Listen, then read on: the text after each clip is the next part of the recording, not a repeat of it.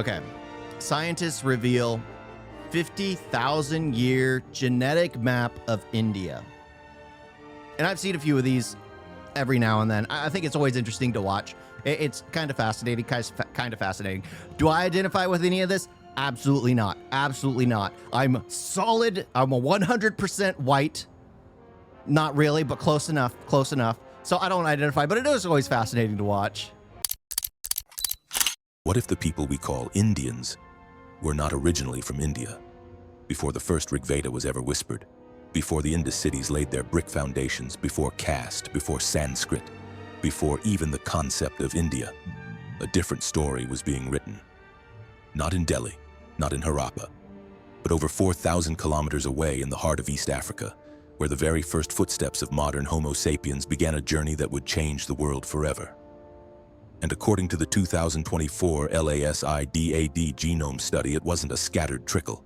It was a single massive exodus around 53,932 years ago, carrying the ancestors of nearly every Indian alive today. The data doesn't just suggest this, it confirms it. Needs to go quicker. Over 98% So of modern slow. Indian genetic ancestry comes from this one migration event. This wasn't a local beginning, it was a global crossroads. They crossed the Red Sea, followed coastlines, and entered South Asia via what scientists call the Southern Coastal Route. Along the way, they survived an extinction-level event. The Toba supervolcano in Sumatra, which erupted 74,000 years ago, blanketing skies in ash and triggering a planet-wide volcanic winter. Many populations died. But somehow these early migrants reached the Indian subcontinent, and they endured. We know them through their genetic signatures. Mitochondrial haplogroup M, passed from mother to child, is now found in over 60% of South Asians, and Y chromosome haplogroup H, dominant among tribal men, points to ancient patriarchal lines rooted deep in Indian soil. We find echoes of them in the Balangoda man of Sri Lanka, a skeletal ancestor dated to approximately 28,000 to 40,000 years ago. We find their tools, obsidian blades and microliths, beneath the volcanic ash at Jwalapuram, still clenched in the earth.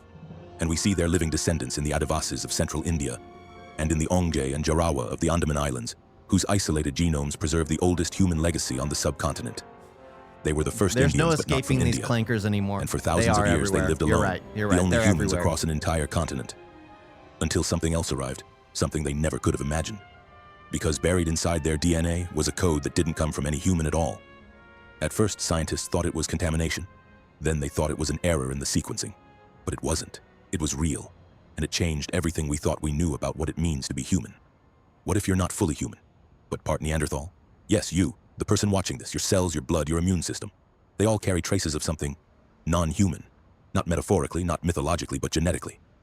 Somewhere around 60,000 years ago, as the ancestors of modern Homo sapiens entered Eurasia, they didn't just pass through. I'm They 75% encountered water. others, not animals, not strangers, but other species of humans. The Neanderthals, cold-adapted, broad-bodied, already surviving in Europe and Western Asia. And further east, the Denisovans, a mysterious cousin species whose entire legacy comes from a finger bone and a few teeth found in Denisova Cave, Siberia, in 2008. And instead of erasing each other, they blended. The result? Every non-African One day, human even the today carries viewers of 1 to YouTube will 2% be AI. Neanderthal What are you talking DNA. about? They already are. But Indians carry something even more remarkable. In South Asia, researchers have found Heck, the people widest pay variety for of Neanderthal AI fragments views. on Earth.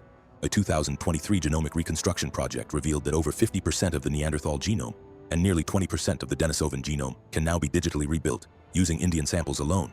And this DNA isn't just hiding, it's active. Some of the fragments sit within MHC genes like BTNL2, which regulate your immune response, especially against bacterial and viral attacks. Others sit inside toll-like receptors, the genes that decide whether your body lives or dies when infection strikes.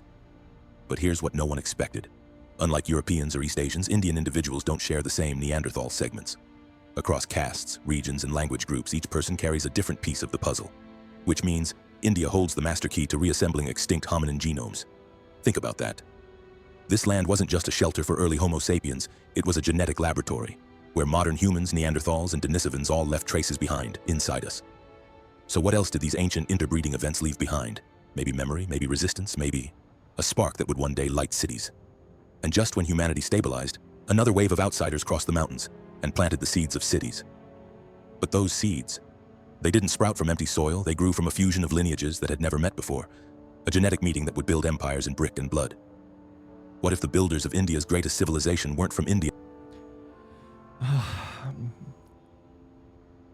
I don't like how it's trying to sound insightful by basically saying, so it's saying a bunch of nonsense about people migrated. Okay, India has, I prefer the ones where they actually show the gene pool, they actually show the map, they actually show where people traveled from. He's just speaking a lot of nonsense and trying to sound insightful while cycling through a ton of photos.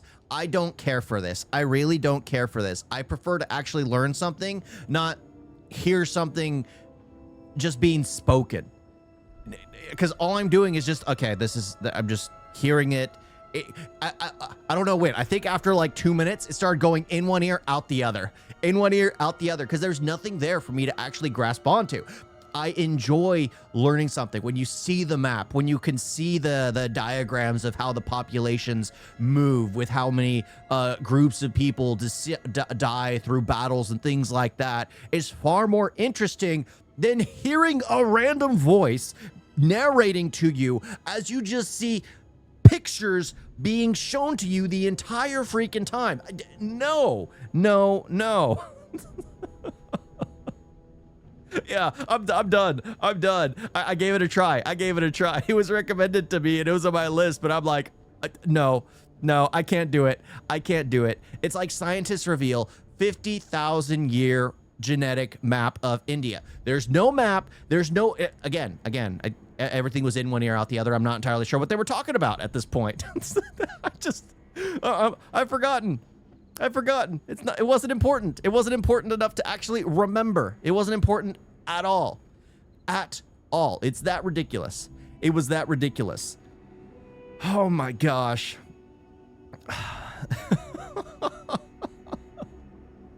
Oh, why do I do that to myself?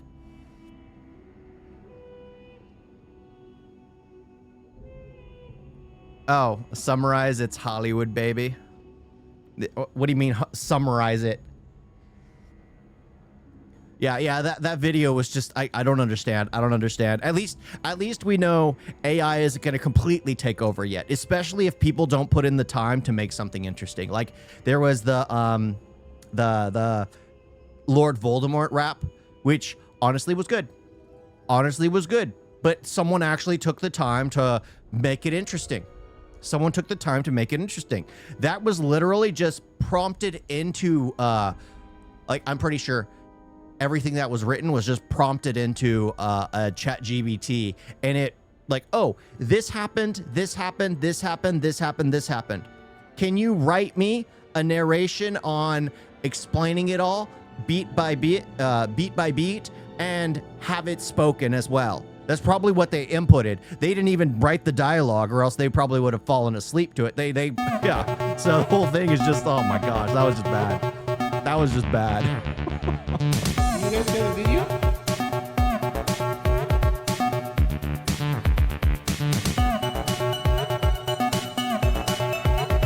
It was so bad. And don't forget to like and subscribe. Wait like that.